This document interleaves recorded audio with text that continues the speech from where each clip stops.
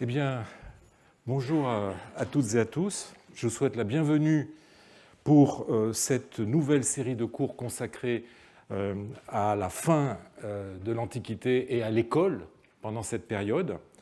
Alors, le plaisir de vous retrouver a été, hélas, assombri par une nouvelle qui a touché toute la communauté des papyrologues cet été, la disparition de Raffaele Cribiore. Alors, je ne pouvais pas ne pas commencer les cours de cette année sans évoquer la mémoire de cette grande savante qui a consacré toute sa vie à l'histoire de l'enseignement, principalement à travers les papyrus. Mais pas simplement d'ailleurs à travers les papyrus, elle est allée beaucoup plus loin et elle a travaillé de façon beaucoup plus large. Alors, Raffaele Cribiore est né à Varèse, le 27 mars 1948 et a fait ses études à Milan, notamment auprès d'une des grandes papyrologues historiques qui est Orsolina Montevecchi à Milan. Son mariage l'amène à quitter l'Italie pour les États-Unis. Elle s'installe à New York. Elle y fonde une famille avant de reprendre ses études, couronnée par un doctorat supervisé par Roger Bagnall, que certains d'entre vous ont peut-être vu, puisque je l'avais invité il y a 2 ans comme professeur invité ici au Collège de France, et je lui dois d'ailleurs certaines des informations de cette nécrologie. Alors ce travail de doctorat a été révisé et a abouti à son magistral Writing Teachers and Students in Greco-Roman Egypt, publié en 1996. Alors pour ceux qui ont déjà suivi ce cours l'an dernier, c'est un livre que j'ai très souvent cité et que je continuerai à citer car c'est la première étude systématique des papyrus scolaires qui soit fondée sur un corpus soigneusement établi, précédé d'une synthèse qui tente d'établir une grille de critères objectifs permettant d'identifier les papyrus scolaires autrement que par leur contenu. Et on a vu l'an dernier, et on le verra encore cette année, combien le contenu de ces papyrus peut quelquefois égarer l'interprétation que l'on est amené à faire de ces textes. Alors, se fondant au-delà de la nature des exercices, au-delà de leur contenu, sur la matérialité des documents scolaires, sur leur écriture, leur paléographie et d'autres caractéristiques dont elles montrent qu'elles sont propres aux exercices scolaires, eh bien, Raffaele Cribiore a pu ainsi identifier 412 textes comme étant de nature scolaire et permettant de suivre le parcours de l'élève dans la classe du grammatodidaskalos ou grammatistes, le grammatiste, celle du grammatikos, le grammairien, le niveau supérieur, celui du rhétor ou du sophistes, le rhéteur ou le sophiste, étant très difficile à repérer, on l'a vu l'an dernier, à travers les papyrus.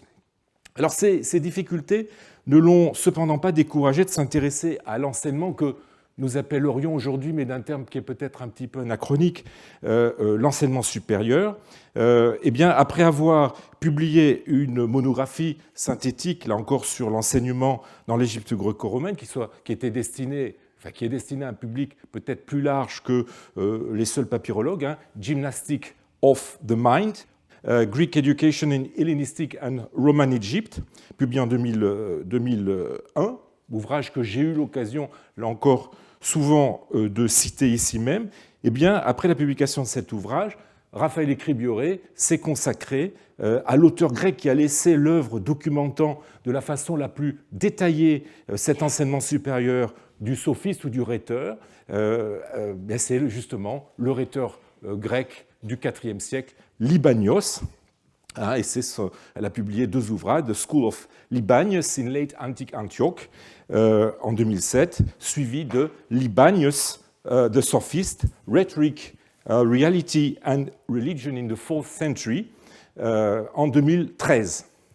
Alors, les rapports du maître avec ses élèves et leurs familles, l'organisation des classes de Libanios, ses réseaux, son enseignement de la rhétorique, tout cela est décortiqué dans ses ouvrages avec méthode et avec un sens de la perspective et font de ces livres des lectures fondamentales pour quiconque s'intéresse à la culture, à l'école, à la rhétorique du IVe siècle.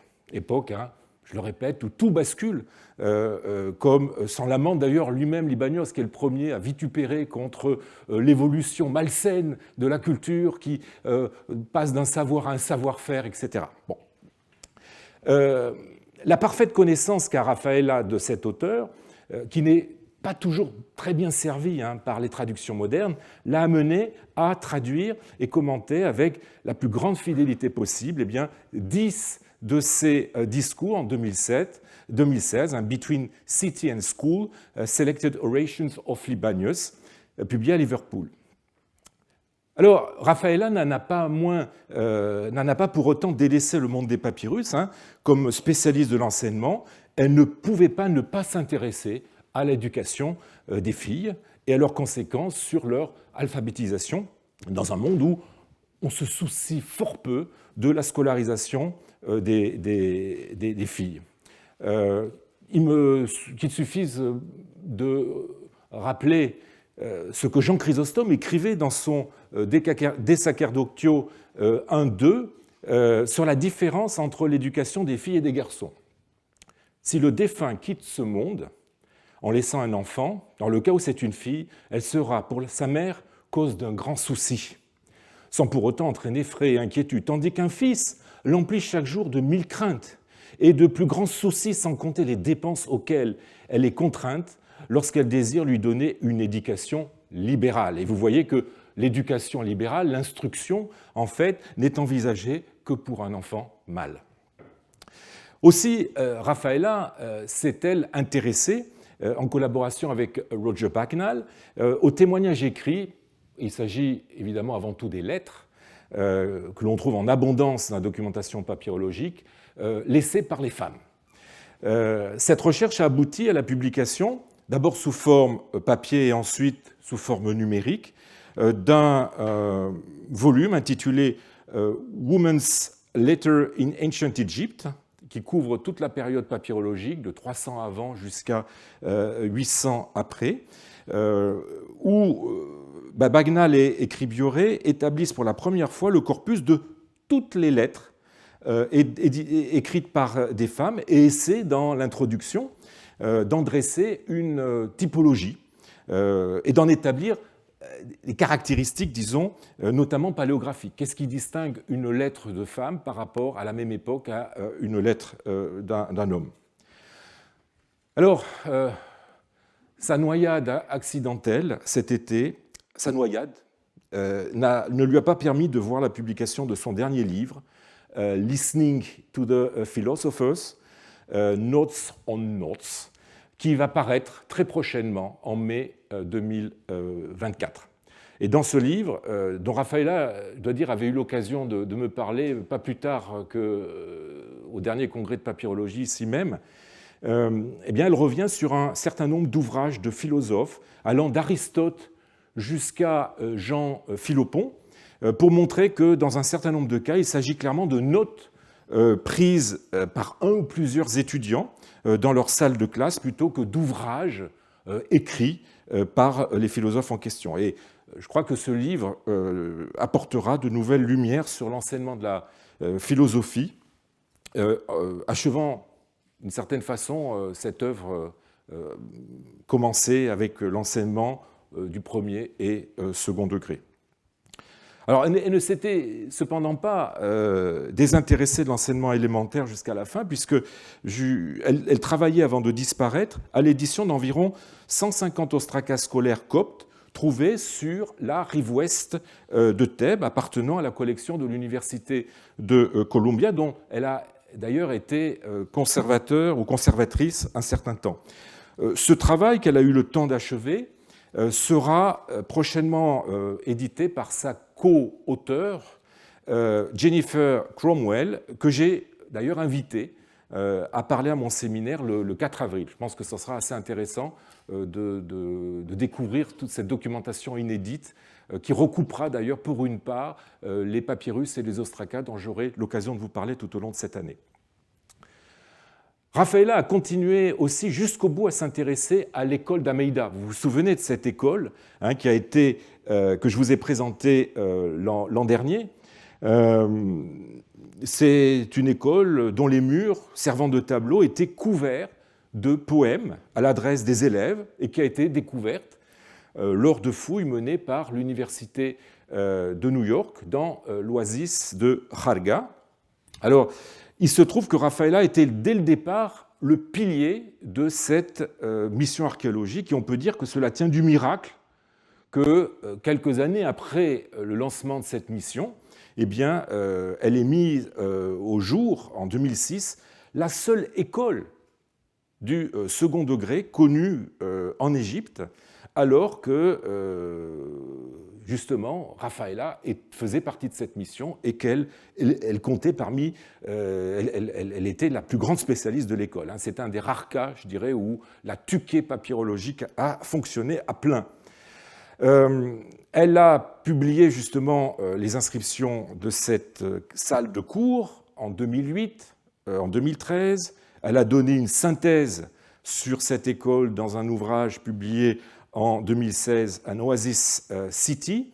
Mais encore récemment, elle venait de recevoir des images encore plus précises de ces dipinti sur les murs de cette classe, qui avaient été obtenues grâce à un logiciel qui s'appelle D-Stretch. Vous voyez quelques photos qu'elle a gentiment gentiment partagées avec moi quelques mois avant son décès. Et ces nouvelles images ont été pour elle l'occasion de reprendre le dossier de ces inscriptions, de ces dipinti, pour justement le Congrès international de papyrologie qui s'est tenu ici même, dans les murs du Collège de France, en 2022. Et certains d'entre vous ont peut-être eu l'occasion de la voir et de la croiser durant cet événement. C'était une personne affable, d'une grande élégance, et que j'avais, je dois dire, toujours plaisir à fréquenter lorsque nous nous retrouvions de colloque en colloque ou de congrès en congrès. Ici, la voilà, lors d'un petit apéritif que nous avions pris dans notre hôtel à Lecce, au congrès papyrologique de Lecce en 2019. Et je me souviens encore de façon très vive d'un colloque qui s'est tenu en 2005 à Alexandrie, où nous avons visité ensemble les salles de cours, les fameux auditoria que je vous ai présentés l'année dernière, où les grands rhéteurs, les grands philosophes, les plus grands médecins de la fin de l'Antiquité enseignèrent ici même. Et l'école, là encore, nous réunissait sur des bancs de pierre de plus de 1500 ans. Alors, je n'ai pas de photos d'elle pendant ces visites. En revanche, je garde encore une trace d'un dîner que nous avions fait sur le bord de la Méditerranée, sur la corniche d'Alexandrie, à quelques pas de l'emplacement de l'ancien phare d'Alexandrie. Alors, je n'ai pas besoin de vous dire que sa disparition va laisser un vide scientifique. Il n'est pas exagéré, je crois, de dire que sur le sujet de l'école gréco-romaine, eh bien, il y aura dorénavant un avant Cribioré et un après Cribioré, tant elle a jeté les fondements de la papyrologie scolaire, qui, grâce à elle, a non seulement acquis ses lettres de noblesse, mais s'est dotée d'outils de travail et de méthodologies qui la rendent moins soumise, je dirais, aux aléas de l'impressionnisme, de la subjectivité. Ah, ce papyrus, oui, ça semble être scolaire. Bon. Et justement, elle a essayé de mettre en place une grille solide d'interprétation de ces textes. Et je reconnais ici même, devant vous, ma dette envers cette grande savante, et je ne peux faire moins que de dédier à sa mémoire les cours de cette année, en tant que modeste témoignage de mon admiration pour son œuvre. Alors, l'an dernier, eh bien, j'ai posé avec vous les cadres de l'enseignement traditionnel grec avec son organisation théorique, 3 niveaux, celui du grammatiste, celui du grammairien, celui du sophiste. Degré qui, dans la pratique, nous l'avons vu, était moins hermétique que le laissent penser les sources littéraires, mais qui se chevauchait, s'intriquait, se mélangeait selon les contextes. J'avais fini avec le problème de la christianisation de l'enseignement, mais en l'abordant d'un point de vue pédagogique et, je dirais, général. Je voudrais cette année replacer le problème de la christianisation dans les écoles, dans un double contexte historique qui est marqué par la part croissante prise par l'Église et le monachisme dans la société de la fin de l'Antiquité, et par la montée dans cette même société de la langue des chrétiens d'Égypte, le copte, qui véhicule avec lui des valeurs et une culture qui tranche évidemment sur celle que transmet la langue grecque qui, je le rappelle, est toujours à notre époque la langue officielle de l'Égypte, la langue utilisée de façon exclusive par l'administration. Ça, ce sont des problèmes que j'avais évoqués il y a quelques années dans mon cours sur Babel, intitulé Babel sur le Nil. Ces deux évolutions fondamentales ne pouvaient pas ne pas affecter le monde de l'enseignement ni modifier son organisation. Alors, assiste-t-on durant cette période à l'apparition d'écoles aux mains de l'Église? Voit-on se développer un enseignement copte autonome, ce qui pose évidemment la question de l'impact du bilinguisme et plus largement du biculturalisme sur le plan éducatif? Telles sont les questions qui sont, vous voyez, pour une part intriquées l'une dans l'autre, auxquelles nous allons nous intéresser cette année. Des écoles dans les monastères. Et j'ai pris la peine de mettre un point d'interrogation. Alors cette question est au cœur du dernier chapitre de cet autre ouvrage que j'ai cité souvent l'an dernier, cet ouvrage fondamental, celui d'Henri-Irénée Marrou, Histoire de l'éducation dans l'Antiquité. Dernier chapitre intitulé « L'apparition des écoles chrétiennes de type médiéval ».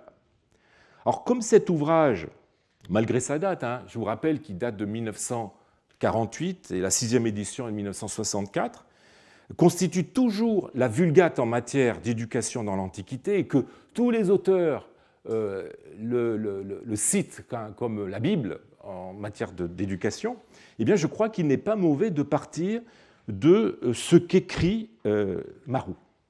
Et nous verrons que c'est peut-être le point faible, parce que plus vieilli, disons, que le reste de son ouvrage, c'est peut-être le point faible de ce livre, qui est par ailleurs, je le redis, tout à fait remarquable.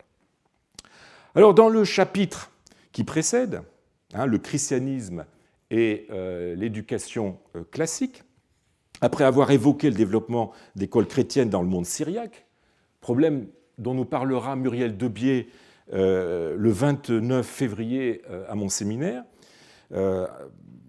donc dans le monde syriaque, mais aussi dans le monde arménien, géorgien et slave, eh bien, Henri-Irénée Marrou conclut de la façon suivante. Rien de pareil dans l'ère propre de la culture gréco-latine.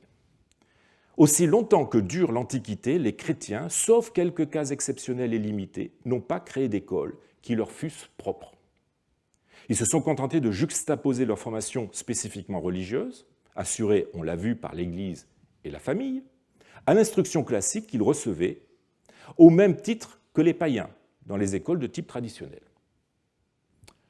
Alors plus loin, après avoir montré l'opposition du christianisme occidental à l'école classique, il ajoute « vis-à-vis de celle-ci », et donc il parle plus particulièrement de la culture préparatoire que constitue l'école classique, vis-à-vis de celle-ci, l'attitude de l'Église ancienne a été toute différente. Parfaitement conscient de la nécessité où le caractère savant, lettré de la religion chrétienne mettait le fidèle d'avoir accès à la culture littéraire, l'Église n'a vu d'autre solution que de laisser la jeunesse se former dans les écoles de type hellénistique traditionnel.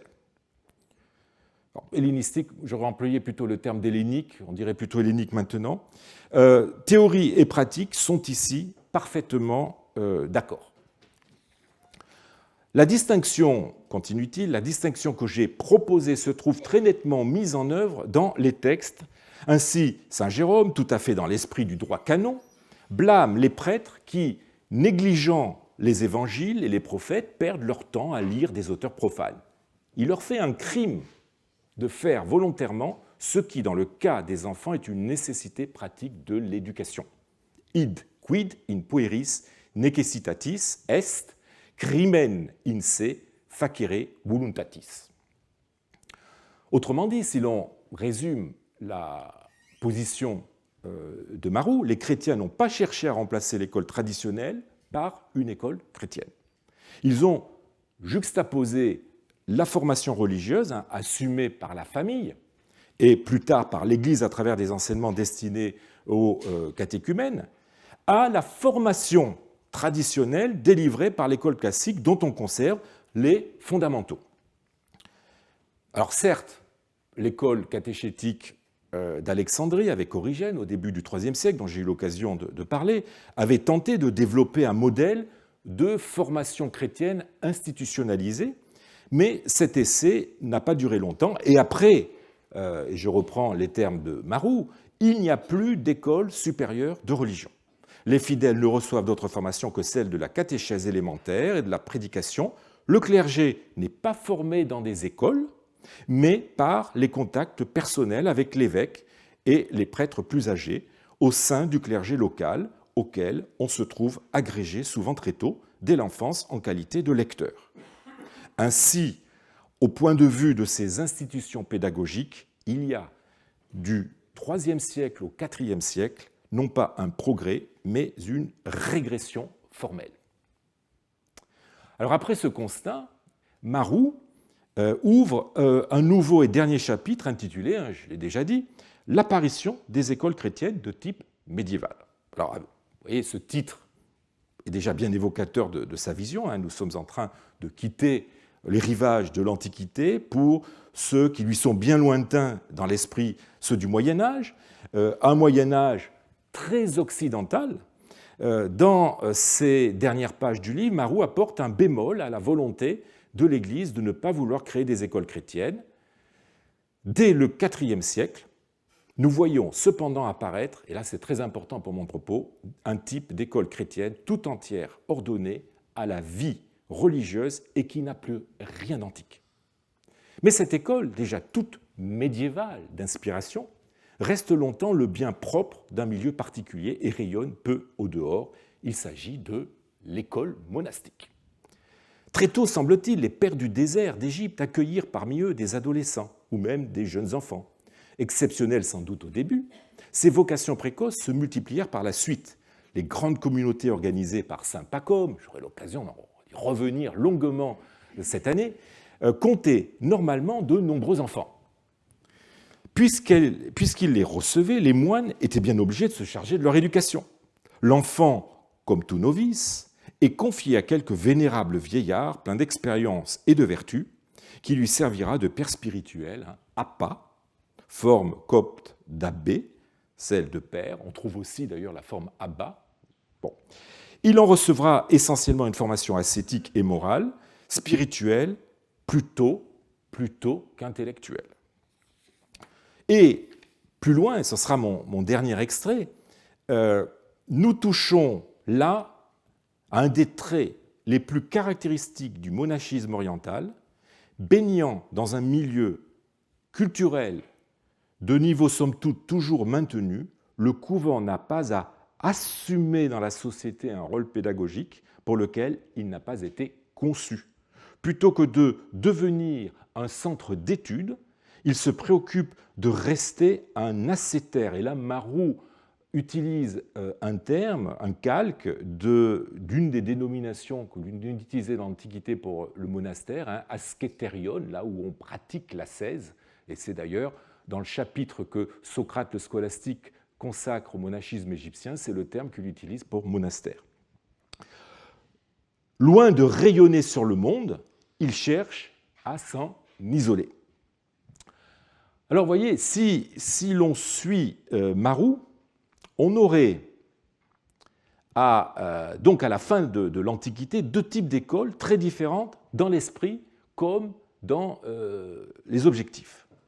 Une école mondaine, j'utilise le terme dans le sens de celle du monde, c'est-à-dire une école laïque, dont les cours sont dispensés par les laïcs et qui continuent comme avant, malgré, on l'a vu l'an dernier, une discrète christianisation.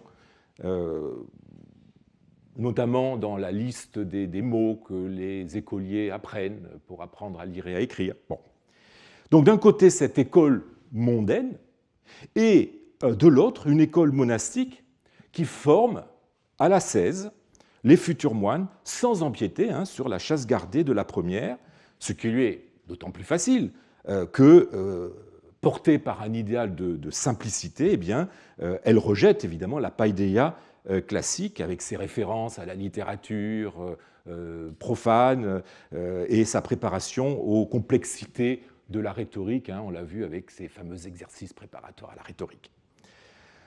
Alors, ces conclusions, sont celles de Marou, ont été récemment, et je dois dire sainement, remises en question dans un ouvrage collectif édité par Lilian Larsen et Samuel Rubenson. Monastic Education in Late Antiquity, The Transformation of Classical Paideia, publié à Cambridge en 2018. Donc un ouvrage tout récent, et le but avoué de ce volume est, comme le disent d'emblée les éditeurs scientifiques dans l'introduction, je les cite, est de contester l'hypothèse selon laquelle les expressions du monachisme chrétien ont été sans précédent et n'avaient pas de précurseur évident et ou de parallèle gréco-romain. Il continue en disant « Ce volume présente au contraire les établissements monastiques comme des centres culturels et ecclésiastiques qui ont créé un cadre institutionnel largement responsable de la préservation et de la diffusion non seulement de la littérature grecque et latine, mais aussi des compétences en matière de lecture et d'écriture. » Autrement dit, vous le voyez, en fait, ce livre veut montrer que les monastères ont été des lieux d'enseignement, mais qu'ils ont aussi joué un rôle déterminant dans la préservation et d'une certaine façon aussi dans la transformation, mais surtout dans la transmission des modèles classiques et gréco-romains à la culture chrétienne au sens large.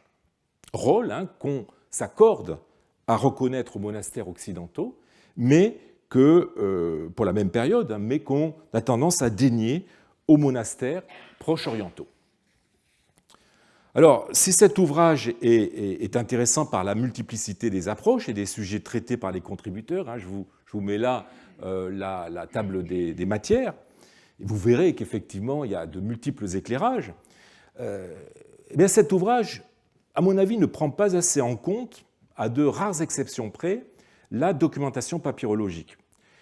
Et je ne dis pas cela uniquement parce que je suis papyrologue, mais je pense que cette documentation est à même d'éclairer ce problème.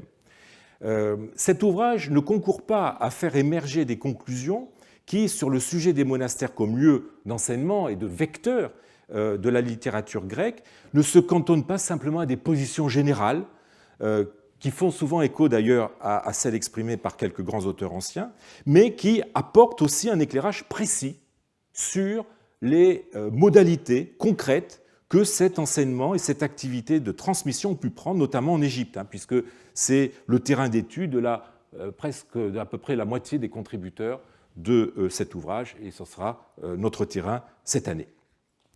Alors que les monastères aient été des lieux d'enseignement, nul n'en doute, même Marou. Et les papyrus qu'on y a découverts le prouvent, comme nous le verrons. Mais la question est de savoir quel type d'enseignement ils ont dispensé et à qui.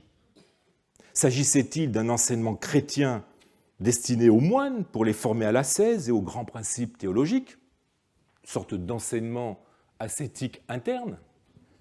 S'agit-il d'un enseignement généraliste de premier ou second degré destiné aux novices et aux moines illettrés, ce que j'appellerais un enseignement généraliste, là encore, interne? S'agissait-il d'un enseignement généraliste de premier ou second degré destiné à des jeunes de l'extérieur? Un enseignement généraliste externe, alors même que Marou invoque l'interdiction formelle faite au monastère de se charger de l'éducation d'enfants destinés à revenir au siècle, j'en reparlerai, et affirme en conséquence que l'école monastique en pays grec est, si l'on peut dire, à usage interne. Et dans le cas d'un enseignement généraliste, quand je dis généraliste, c'est l'enseignement lettré, c'est-à-dire celui du grammatiste et du grammairien, du grammaticos. Dans le cadre de cet enseignement généraliste, à quelle pédagogie avait-on recours? Celle-ci s'inspirait-elle de celle des écoles du siècle ou rejetait-elle l'utilisation des textes classiques, notamment poétiques, hein, on l'a vu, fondement de l'enseignement traditionnel grec? Enfin, l'image que nous renvoie l'enseignement dans les monastères varie-t-elle selon le type de monachisme?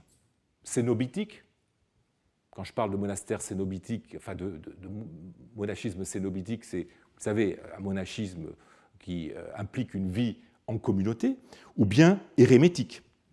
Et juste sur ce sujet, il est symptomatique que Herbert Winlock et Walter Crum, dans la publication des fouilles du monastère d'Épiphane, une lore non cénobitique, qui livrèrent une importante quantité de matériel scolaire, j'aurai l'occasion d'y revenir longuement, eh bien, il est symptomatique qu'ils écrivent dans leur synthèse que, je les cite, l'enseignement des jeunes n'est pas une activité dans laquelle nous devrions nous attendre à trouver impliqué un moine non cénobitique. Alors, toutes ces questions, je vous propose que nous cherchions ensemble à y répondre en partant des textes qui ont été découverts dans les fouilles, quelques textes inédits, mais sans nous empêcher de les croiser avec les sources littéraires, ce que j'essaierai de faire surtout dans les premières heures de cette série de cours.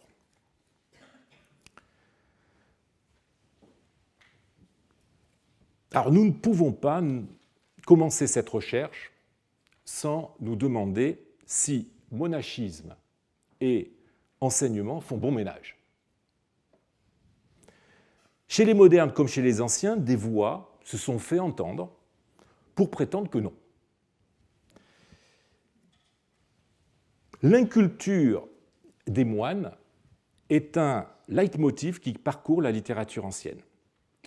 Il n'a pas été sans influencer les études modernes sur le monachisme, réactivées par les récits des voyageurs qui visitèrent l'Égypte au XIXe siècle, au XXe siècle, et qui dressent souvent un portrait très négatif des moines égyptiens contemporains, peut-être parce que souvent ces voyageurs étaient catholiques et n'avaient ni sympathie ni respect pour ces chrétiens qui s'obstinaient à ne pas se soumettre à Rome et à garder leur identité doctrinale, comme le dit la grande spécialiste du monachisme, Eva Wyszybska. Ou bien, quand ces voyageurs étaient philologues ou archéologues, parce qu'ils n'avaient que mépris ou répugnance soit pour la littérature chrétienne arabe, soit pour leur monastère qui n'avait pas su évoluer en respectant les bâtiments d'origine, ou pire, dont la construction avait dégradé les monuments antiques de la période pharaonique ou gréco-romaine. On visitait l'Égypte avant tout pour l'Égypte pharaonique, assez peu pour les monuments de l'époque copte. L'orientaliste Claude-Étienne Savary, qui a visité l'Égypte en 1776-1779, et qui a livré un récit qui a été extrêmement important, qui a influencé beaucoup la vision qu'on pouvait avoir de l'Égypte. Ce sont ces lettres sur l'Égypte.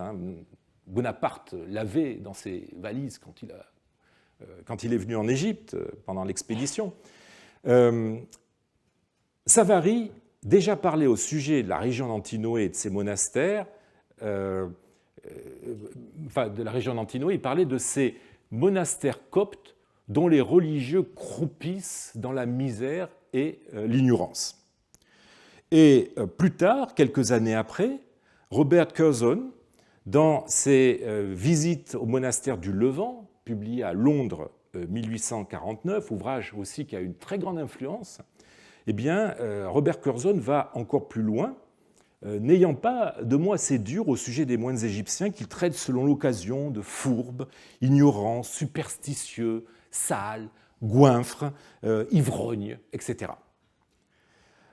On croit entendre Libanios, que j'ai cité tout à l'heure, justement Libanios, qui, presque 1500 ans Pluto, dans son De Templis, où il se plaint de l'ignorance et de la brutalité des moines qui viennent de détruire le grand et magnifique temple d'Édesse, qui parle d'eux comme, et je le cite, comme des hommes vêtus de noir qui mangent plus que des éléphants et qui fatiguent par la quantité de coupes qu'ils vident ceux qui leur servent à boire au milieu des champs et qui cachent leur désordre sous une pâleur artificielle.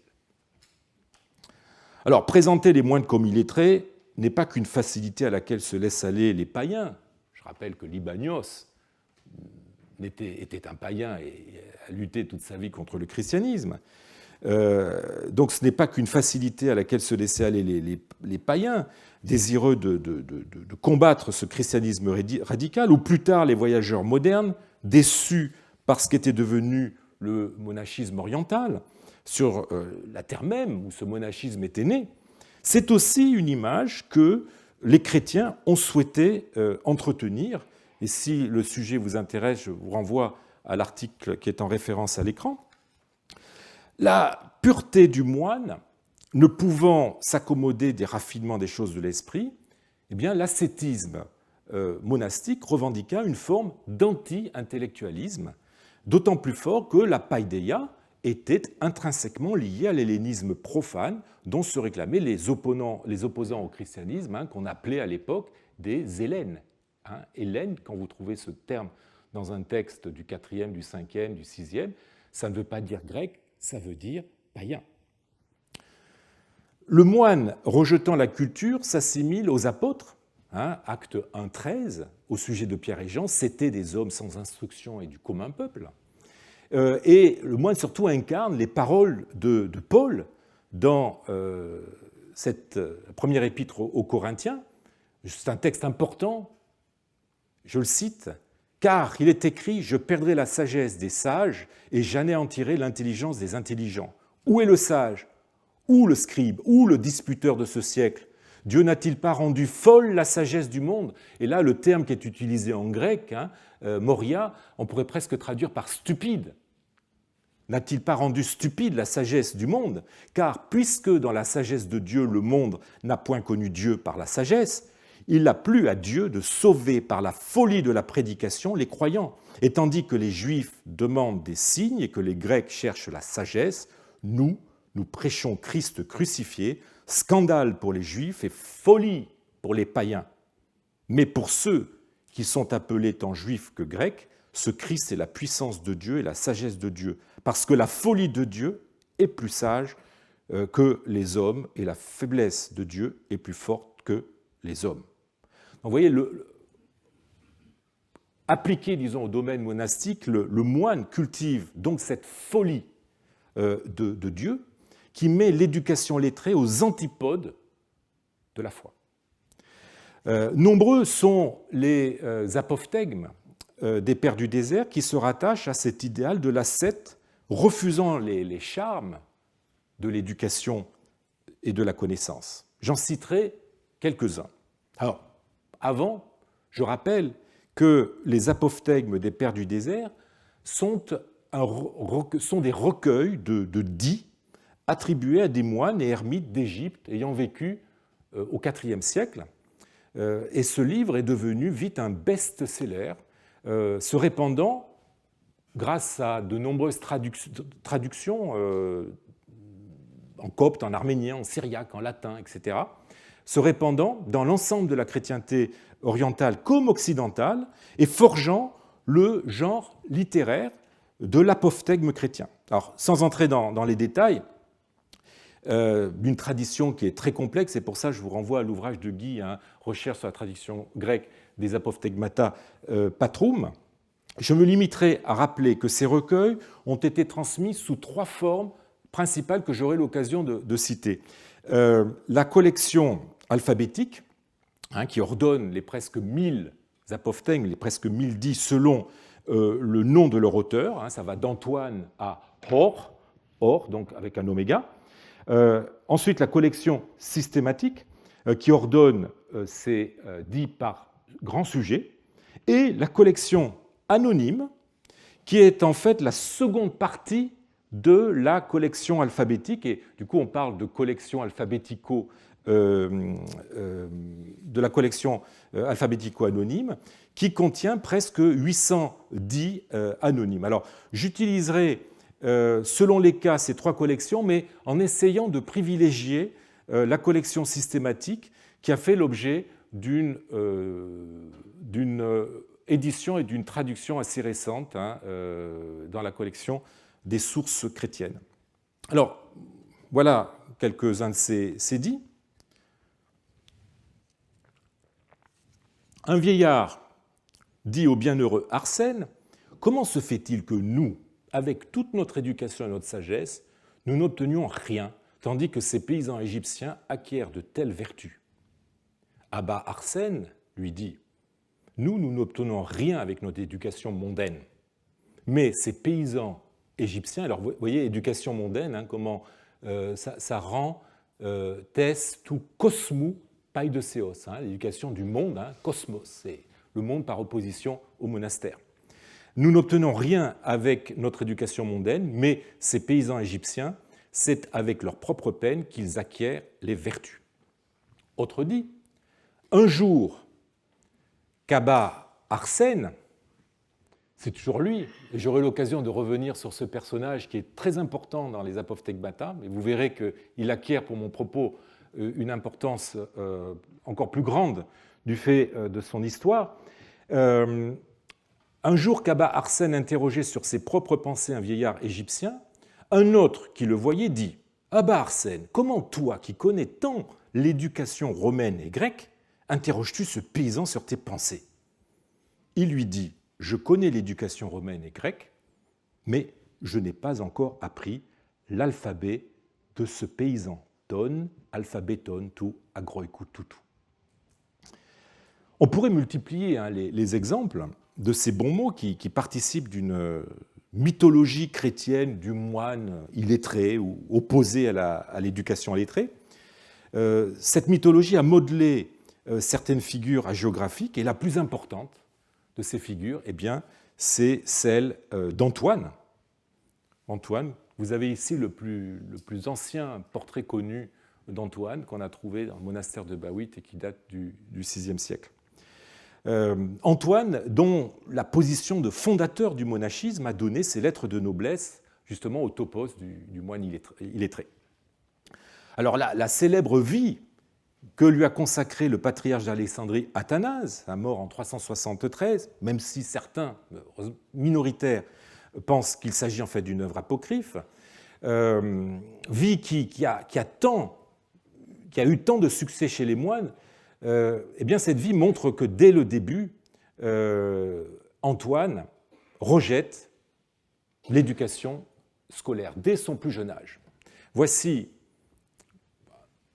presque le début de la vie d'Antoine par Athanase.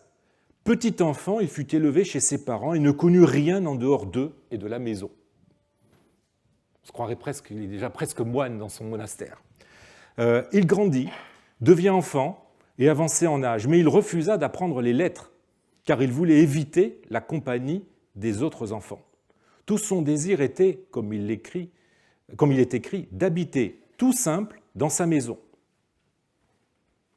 À plastos, nous dit le texte grec.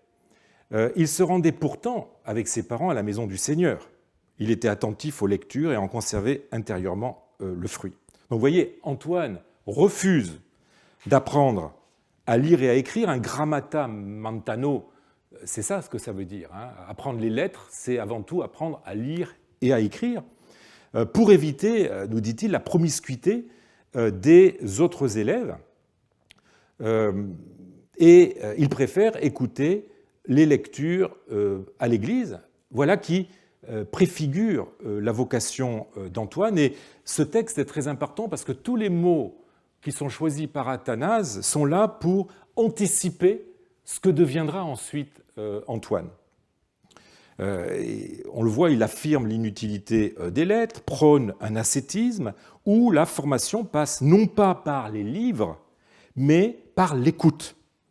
Athanase enfonce le clou plus tard quand il décrit les premiers pas d'Antoine sur le chemin de l'ascèse.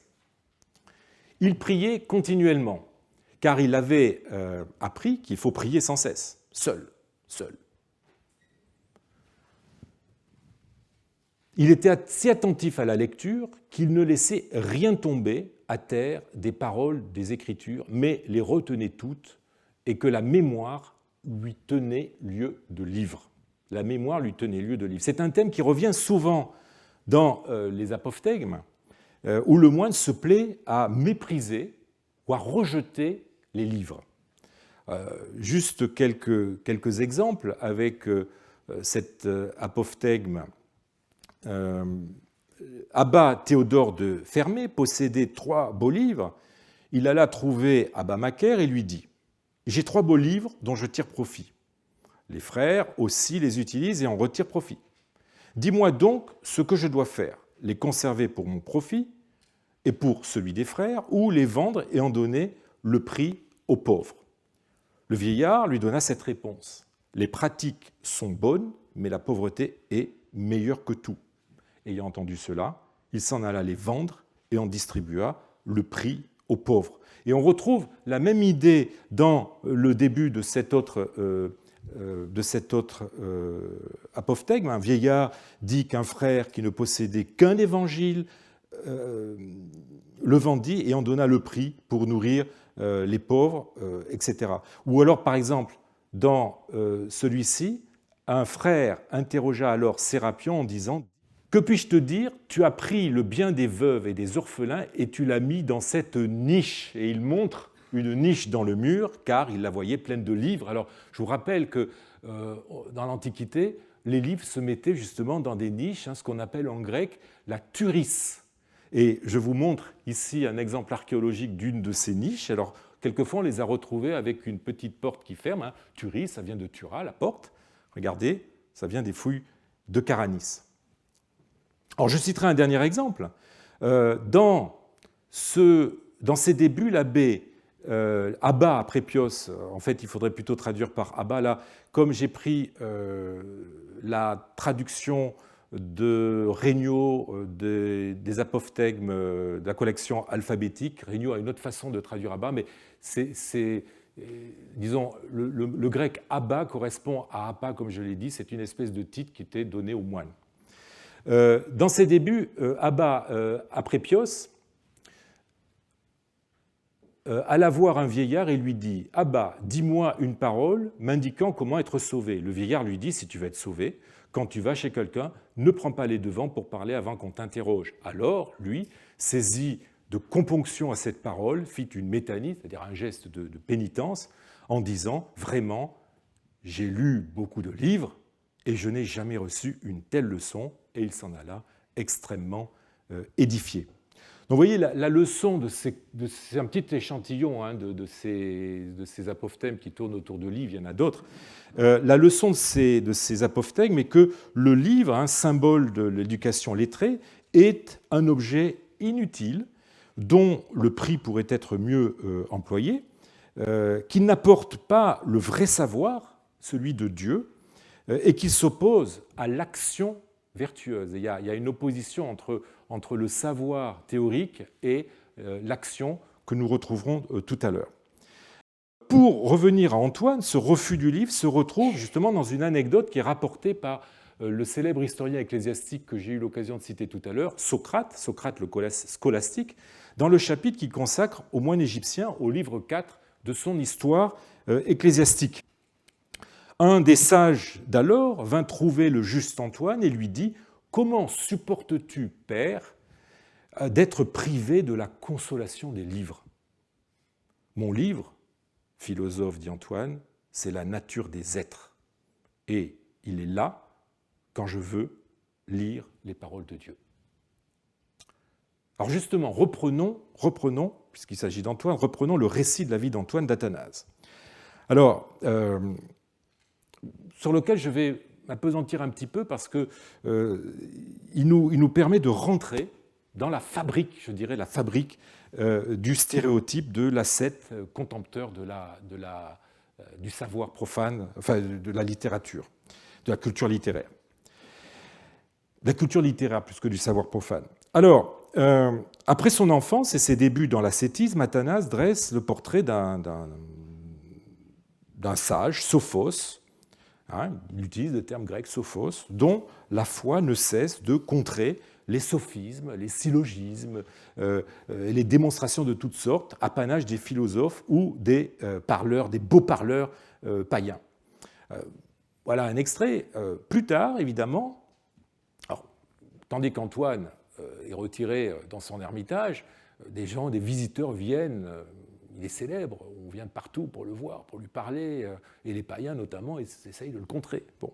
Donc plus tard, il en vint d'autres visiteurs, hein, encore, ils étaient de ceux que les païens considèrent comme des sages, pour lui demander raison de notre foi au Christ. N'oubliez pas que c'est Athanase qui parle, hein, évêque d'Alexandrie. Notre foi au Christ. Lorsqu'ils essayèrent d'employer leur syllogisme à propos de la prédication de la divine croix et voulurent s'en moquer, Antoine d'abord se retint un peu par compassion pour leur ignorance. Hein, agnosia, nous dit le texte grec. Puis, donc l'absence de savoir, hein, gnosko, gnosis. Puis il dit par un interprète qui rendait bien ses pensées. Je vous rappelle qu'Antoine, j'avais eu l'occasion de le dire il y a quelques années, Antoine ne maîtrisait pas le grec. Et donc il communiquait avec les Grecs par le biais d'interprètes. Il dit, et etc., on nous rapporte les paroles. Alors, vous voyez qu'à travers ces quelques lignes que je vous ai lues, on assiste à un renversement ironique. Le savant devient ignorant, tandis que c'est l'inculte qui est le vrai sage.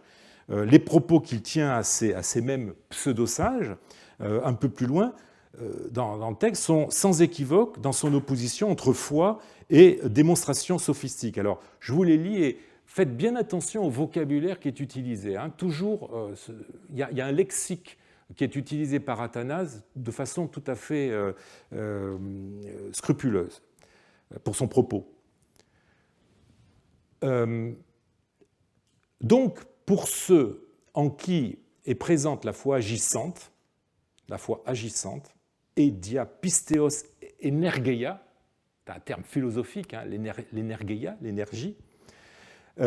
Pour cela, la démonstration par des raisonnements n'est pas nécessaire et probablement superflue. Car ce que nous connaissons par la foi, c'est Antoine qui parle, vous tâchez, vous, hein, ces visiteurs qui viennent, notamment les païens, vous tâchez de l'établir par des raisonnements. Et souvent, vous ne pouvez même pas exprimer ce que nous connaissons.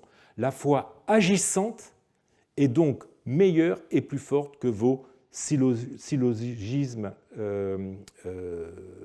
sophistiques. Ton, sophistikon, humon, syllogismon, pardon. Ou encore, un petit peu plus loin, pour nous donc les chrétiens, le mystère ne réside pas dans la sagesse des raisonnements païens. Et vous voyez que pour païen, c'est hellénikon, hein, qui est utilisé. Donc ça renvoie à la fois au paganisme, mais aussi à la culture grecque en général. Ne réside pas dans la sagesse des raisonnements païens, mais dans la force de la foi que nous accorde Dieu par Jésus-Christ. Et que notre parole est vraie, en voici la preuve. Sans avoir appris les lettres. Mais matontes grammata, on retrouve la même expression que tout à l'heure.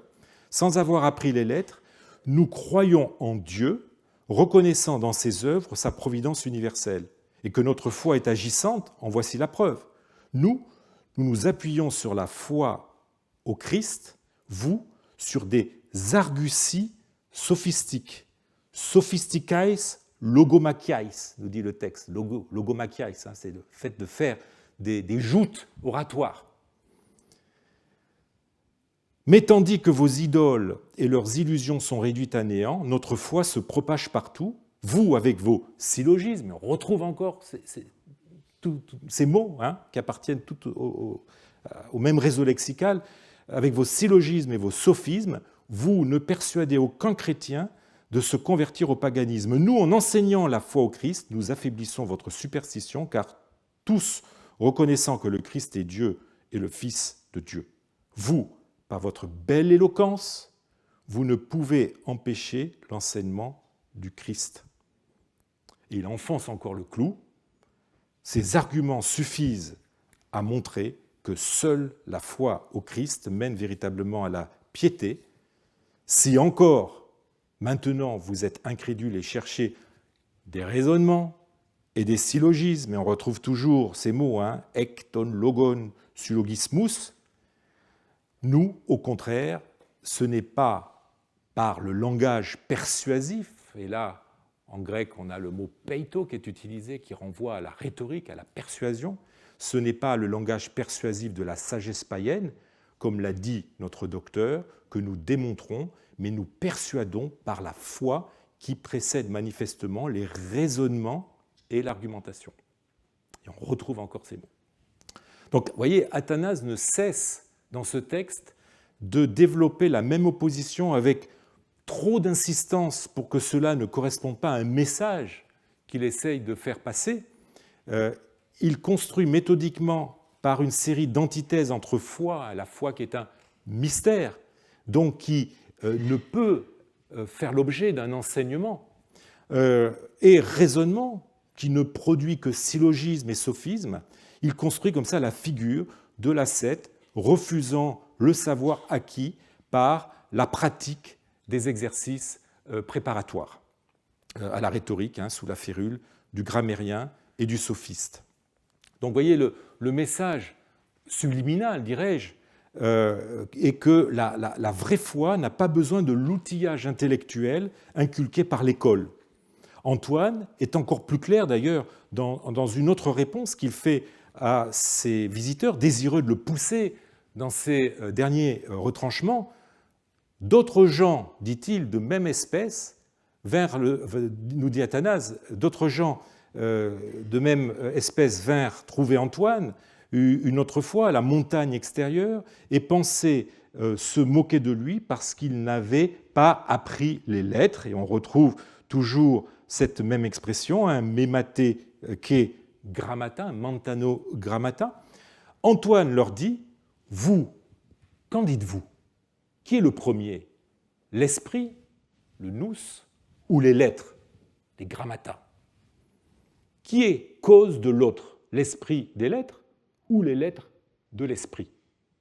Lorsqu'ils répondirent que l'esprit était le premier, et l'inventeur des lettres, Antoine reprit, donc, pour qui est saint d'esprit, les lettres ne sont pas nécessaires. Et l'expression grecque qui est utilisée par Athanase mérite qu'on la relève. Ouk anankaya ta grammata. On ne peut mieux affirmer l'inutilité de la culture écrite et donc de son acquisition, c'est-à-dire tout simplement de l'enseignement. C'est une idée que l'on retrouve fréquemment dans les apophthegmes. Cette autre œuvre qui n'a pas peu contribué à la construction de l'image du moine idéal, mais je vous propose que nous voyions ça la semaine prochaine.